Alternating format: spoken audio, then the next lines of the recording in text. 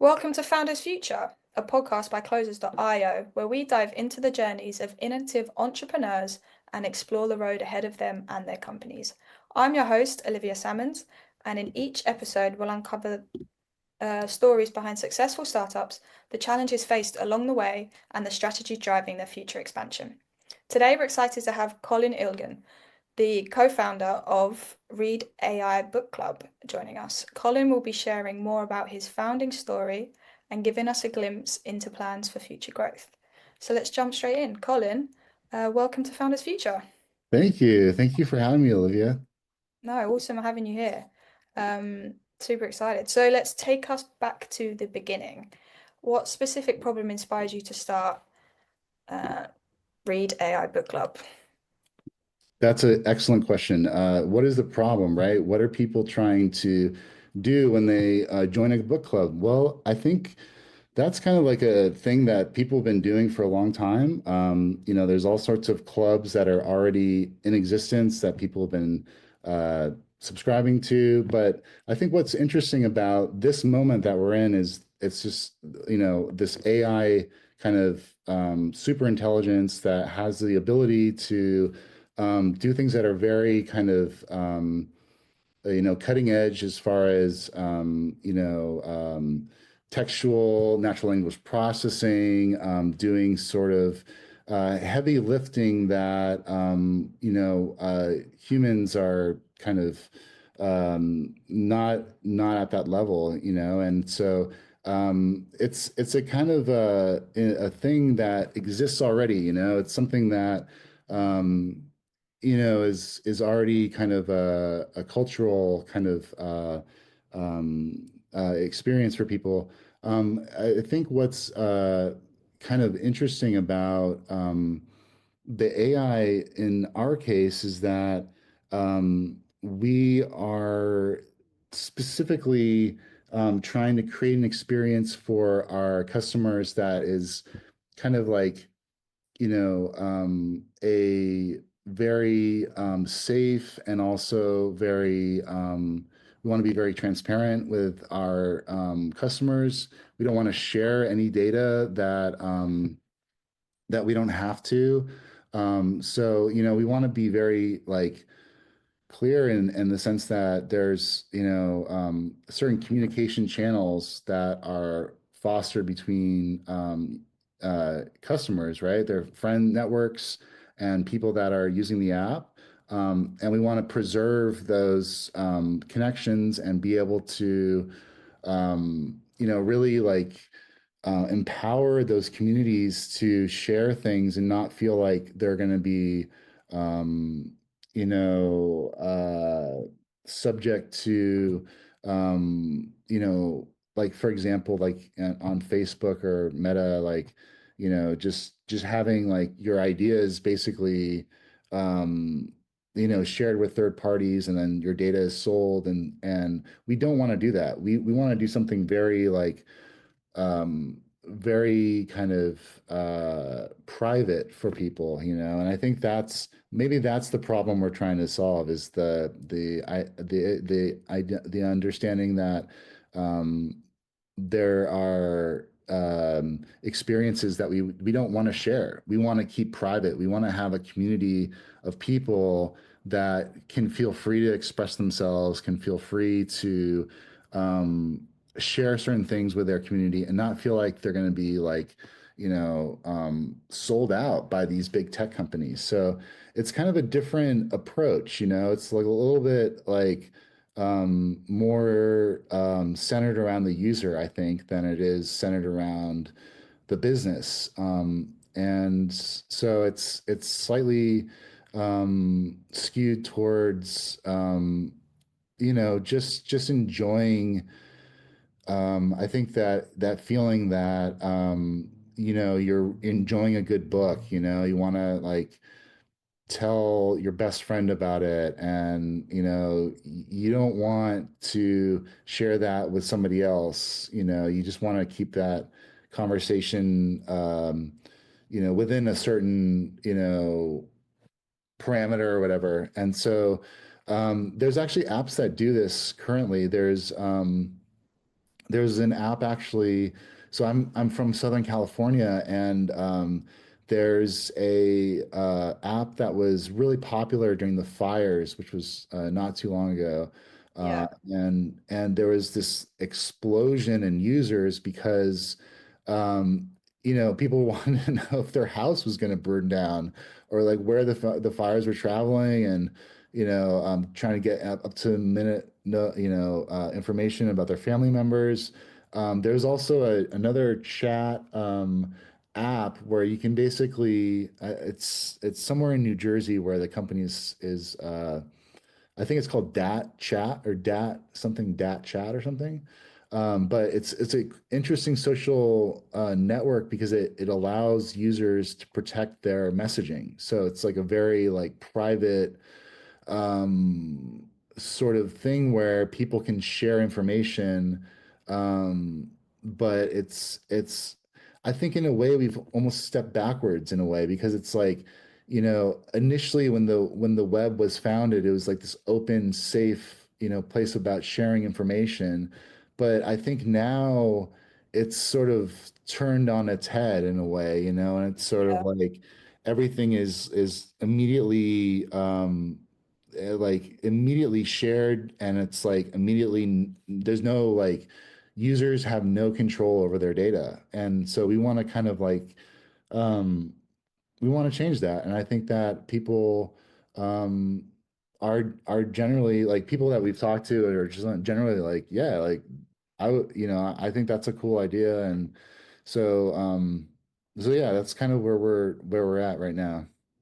yeah, awesome. And I suppose as AI technology grows and we combine that with the SaaS industry, I mean, it's only going to make it better. And then the protection on the other side of that is such a vital key to that because, I mean, once your information is out there, if we're looking for other prospects, it's always nice to know that the people that we're putting our trust and our services into are looking out for us as well. So for the listeners that may not understand or don't know what you're selling, kind of what is the core offer here and the pricing model behind that? How are you generating revenue at the moment? Yeah, so what we're offering is a essentially to start is just a website. So it's a website where people can go, they can sign up for book clubs, they can start their own book clubs. You can kind of create networks within networks, of friends sharing books.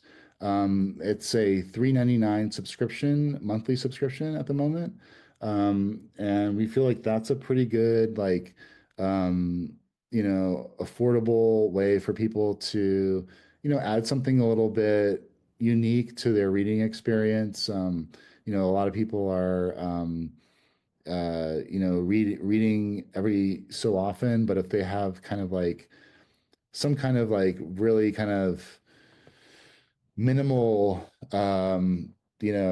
AI that's like helping like Yeah. them, kind of like, and not being like Facebook where it's like, you tell somebody about, what you're reading or something, and then you get these like really weird reactions, And so it's like, it's kind of like protecting people, right? It's protecting their privacy, their information, their data, and also allowing them to express their ideas, to be kind of like a sort of like a messaging platform, but also have the ability to include AI. And one of the things that I mean, it's sort of like planting a tree. So in a way, like this is the initial idea, and we're just kind of like,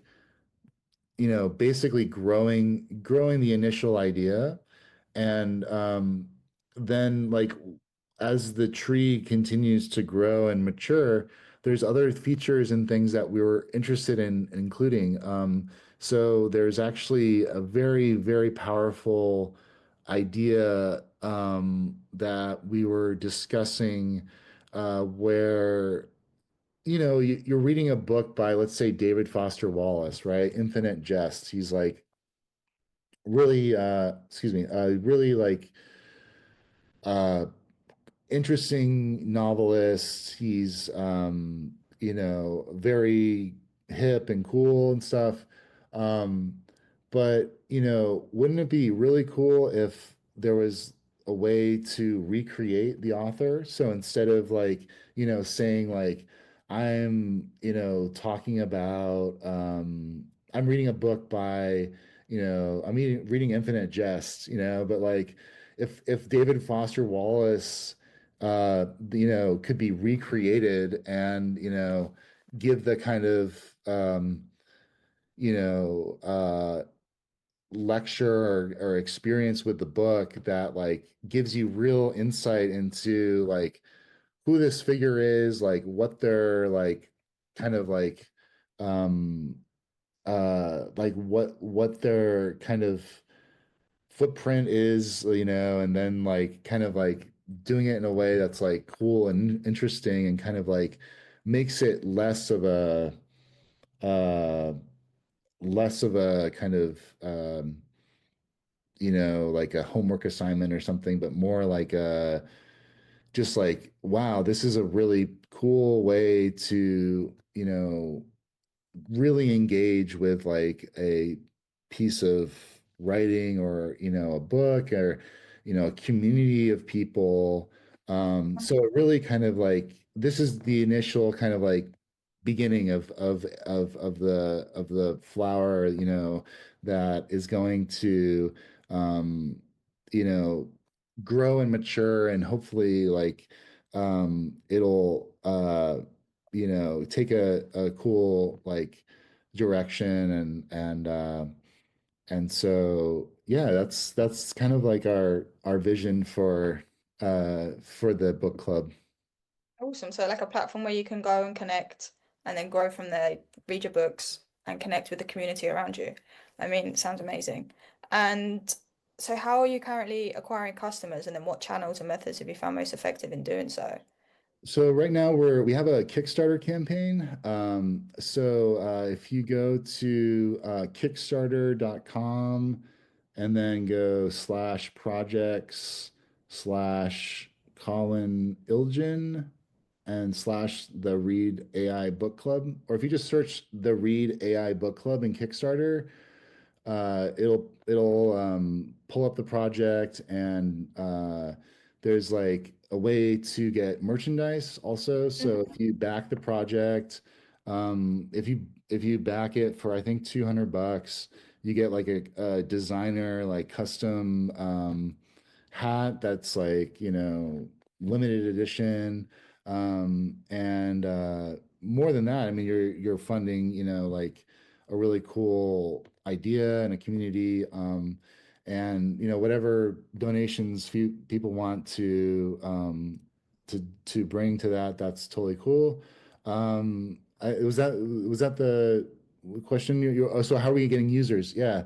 So I mean, there's a few ways, right? There's like there's marketing, branding, kind of like campaigns that are one way to do it. Another way is just like pure word of mouth, like just Yeah. telling people that that would be interested in this, telling their friends. LinkedIn is another way that like people are generally like paying attention to, and there's a community there that really values I think ideas and kind of um, uh, communities where people are passionate about books and passionate about um, kind of social mobility and so I think eventually it'd be great to have kind of the ability to do a lot of advertising, marketing.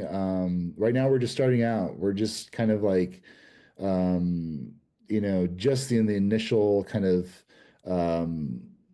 beginnings of the company. We started in the startup incubator Y Combinator in San Francisco, and it's myself and my co-founder Uday. and Uday Goel. He's a really wonderful engineer and person. And so we were initially introduced through Y Combinator, and we've been trying different ideas and things. And that kind of brought us to the conclusion that we wanted to make something that people may not know they need yet, you know, like they may need it, they may need this thing that we're building in in a few years, you know. It's not something that's necessarily like the first thing that like um that comes to mind or something, but Yeah, it's almost like it's a way to imagine like what the next moment in the future is gonna kind of need, right? It's like people are gonna need like um to have some sort of way to communicate, some sort of way to share information, to feel protected and safe, and to know that they are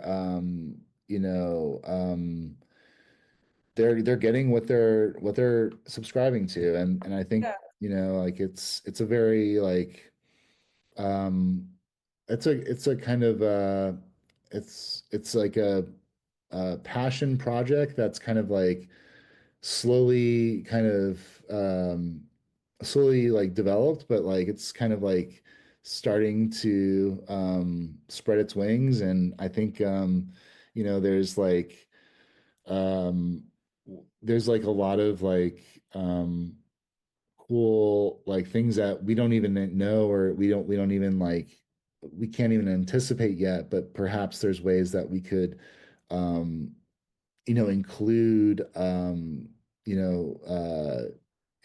improvements in AI, for example. yeah. Uh, No, 100%. And I suppose what you've got here, as you said before, it was just the start. It's just the start of the journey. You've planted the seed, you've got the website out there, and then you're looking to grow and outreach from there as AI develops and grows with you. mhm, Um, it's onto a cracker of an idea and just pushing it out from there. As you say, you mentioned you got the Kickstart where you're developing the platform from, mhm, um, growing outreach from LinkedIn, getting the name of word, referral. I mean, it's at the start of its journey, like incredible. mhm. And then, I mean, I suppose for me is another question. Um,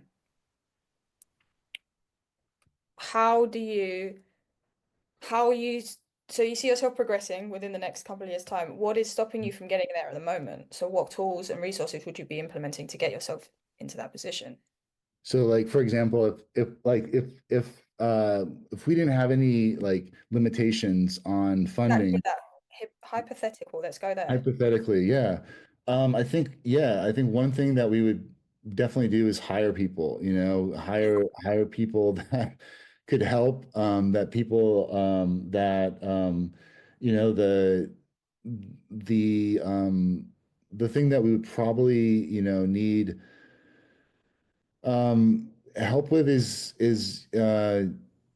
just like kind of like the marketing aspect of it, and kind of growing the kind of profile of the company. And so there's like there's definitely like things that money can buy users, to a certain degree. Like people can reach a certain point when they build, and then they run into a paywall, and Yeah, it's like one of those things where you have to kind of like um almost, you know, see money as not as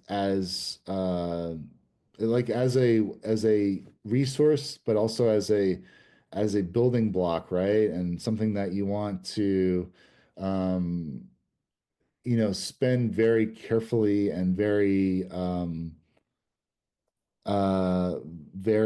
like very wisely. It's such a precious part of the operation, right? Is like definitely.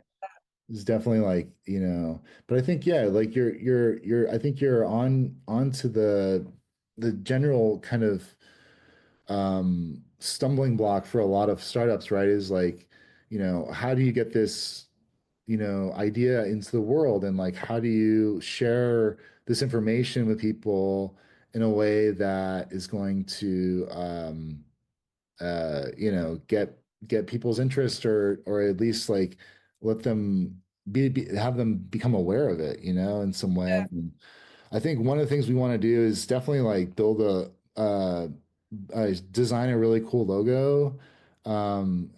It sounds really kind of like starting point, but like that would be a really cool thing. We have a friend that is a fabulous graphic designer, and he does a lot of interesting things. So the branding aspect is definitely a key part of the whole thing. But there's also we want to get the resources we would need. We would have to train a AI agent. So, making sure that, we do that with the right technology stack, and we're, making the best strides as far as like, how the AI fits the user's needs, and really pays attention to their, problems and issues that they encounter um, when they're reading, when they're, trying, a new club. There's maybe things that we would have to uh, include as far as like just kind of basic business kind of needs and Yeah, so requirements. the background nuts and bolts, all that good stuff behind it is what you need to accelerate and scale a business. And I suppose coming back to the hypothetical revenue and cash influx is all part of that sometimes. And as you mentioned before, looking after your money and saving money, but also that point of you need to invest a little bit to get back. So I completely understand where you're coming from, and in a business standpoint, it's Mhm. at the start of its journey and just looking to push it from there.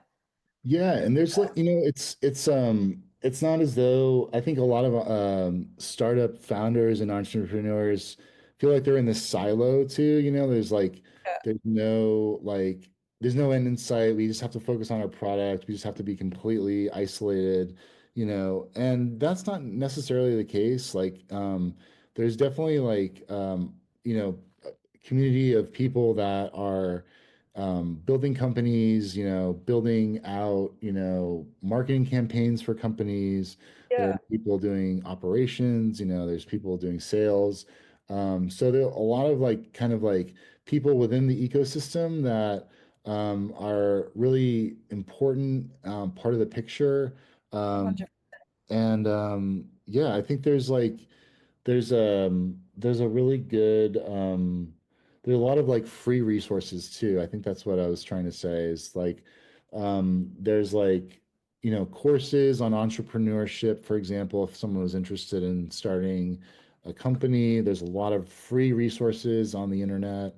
There's a lot of things that you can get help with if you just have patience and you're able to read a lot of information, and kind of like put in the time, and it pays off. There's ways to um fund projects like Kickstarter, for example, which is all crowdfunded. So there are definitely ways to do it. Obviously, it's better if you do have money and you're able to, from the get-go, like, not be like stumbling because, you can't um scale with the needs of the business, and so it naturally favors people who are, like liquid to move, and in that sense, that can be a part of the part of the process, right? Is Yeah. you're building this product, but you're also doing sales at the same time, and Yeah. like 100%. and a lot of like startup founders like have a great idea, but they don't like doing sales, and like that's kind of like one of the things that I've had to kind of adapt and sort of like Yeah. and just kind of like put on a different hat or something, and like and start to just kind of like go through the network, go through people, then there's also like places where this is actually a different company we were working on actually, but we had another project where we were starting this company where we were trying to connect startups with funding. So it's like a kind of like a matching service, right? So people fill out a bit of information and then the machine learning matches them, right? And they have there's a lot of things about that. But there's something interesting, which is that there are all sorts of um, there are all sorts of resources for founders. Like if you were looking to get funding, for example, and you wanted to find, and you're in a pre-seed um, stage of your company, like the earliest stage of your company, it just like there are places where you can get contacts of people and you can reach out to them. It's not necessarily like the best way to do it. Everyone's looking for a warm intro, like with VCs and that kind of thing. So a lot of it's like, kind of the old school. Again, we have like this this new age that we live in, but this old school kind of like um set of requirements that we have, right? Like Yeah. we're like we have Hitting this like almost like hitting the pavement running, like we've got to get out there and do this stuff ourselves as entrepreneurs and as startup funds. You have to, as you say, you've got to get used to the hard stuff. You've got to do the sales. You've got to put your many hats on and tie a ribbon around it and get all those bows in order. Um, no, I feel your pain, and I mean the re resources out there are there to use, and connections are key. Mhm. But literally, whatever you're saying, we're going to switch gears a little bit just to finish up, and we're going to finish with a lightning round. Okay, so what would be Okay. one tool or resource that has been the biggest game changer in the business so far? Chat GPT. ChatGPT. There you go. Clear and simple with that one. What's the best piece of advice that you've received about scaling a business? Uh, let's see. I don't know. Nothing comes to mind. Like I can't. Best advice is build like Y Combinator's MO is build something people want. I think Yeah, at the end of the day, you want to create that that like yeah, level of desire, right, for your product, and make it something that people need. They need to have this thing. It'll make them more whatever. It's like they definitely like they require it because they want it. It's like that's what exactly. you yeah. No, number one key, I suppose, if people don't want it, they're not going to buy it. So you have to create that need and that want from the outset. To yeah, 100%. And then, what advice as a finisher? What advice would you give to any founders out there that are looking to start their own journey? I think the best advice I have is even if you're not doing what you set out to do, it's a long, curving road, and you may not be doing the things that um, let's say you have to do the things you have to do to make money, right? But if you Yeah, you stay, it's all about the long. I think it's about the long journey, right? And like the accumulation of experience and skills meeting preparation in a sense, you know, it's like and then, you know, when you continue to do that and you continue to put in the time and the work, then, you know, it's like the opportunity when it happens, you're ready for it, you know, and like you've been doing these things that are preparing you for something else, but in the end, they all kind of like circle back to get, you know, circle back together. And it's like, um, I think that's the advice I have is like, don't get discouraged. If you go in a different direction, just like know that your compass is in a way like your strongest your strongest ally and your strongest um, you know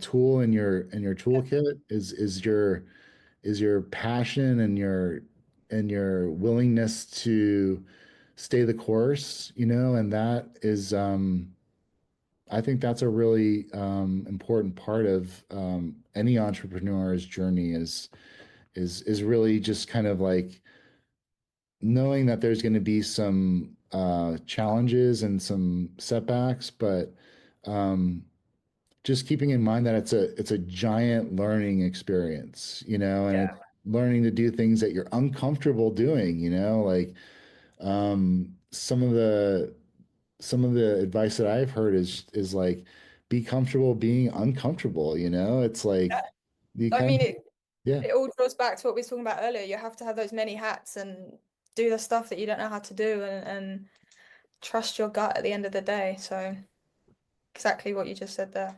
Mhm. Perfect. Yeah, Um, definitely. and thank you for coming. I mean, that is a wrap on another inspiring episode of Founders Future. And I want to thank Colin for sharing his incredible journey with us today. To our listeners, if you enjoyed this episode, don't forget to subscribe to Founders Future by whatever you listen to your favorite podcast. You can also find more resources and insights at closers.io, where we're dedicated to helping businesses accelerate their sales and marketing efforts through world-class systems and playbooks. So until then, keep climbing, and we will see you on the next one.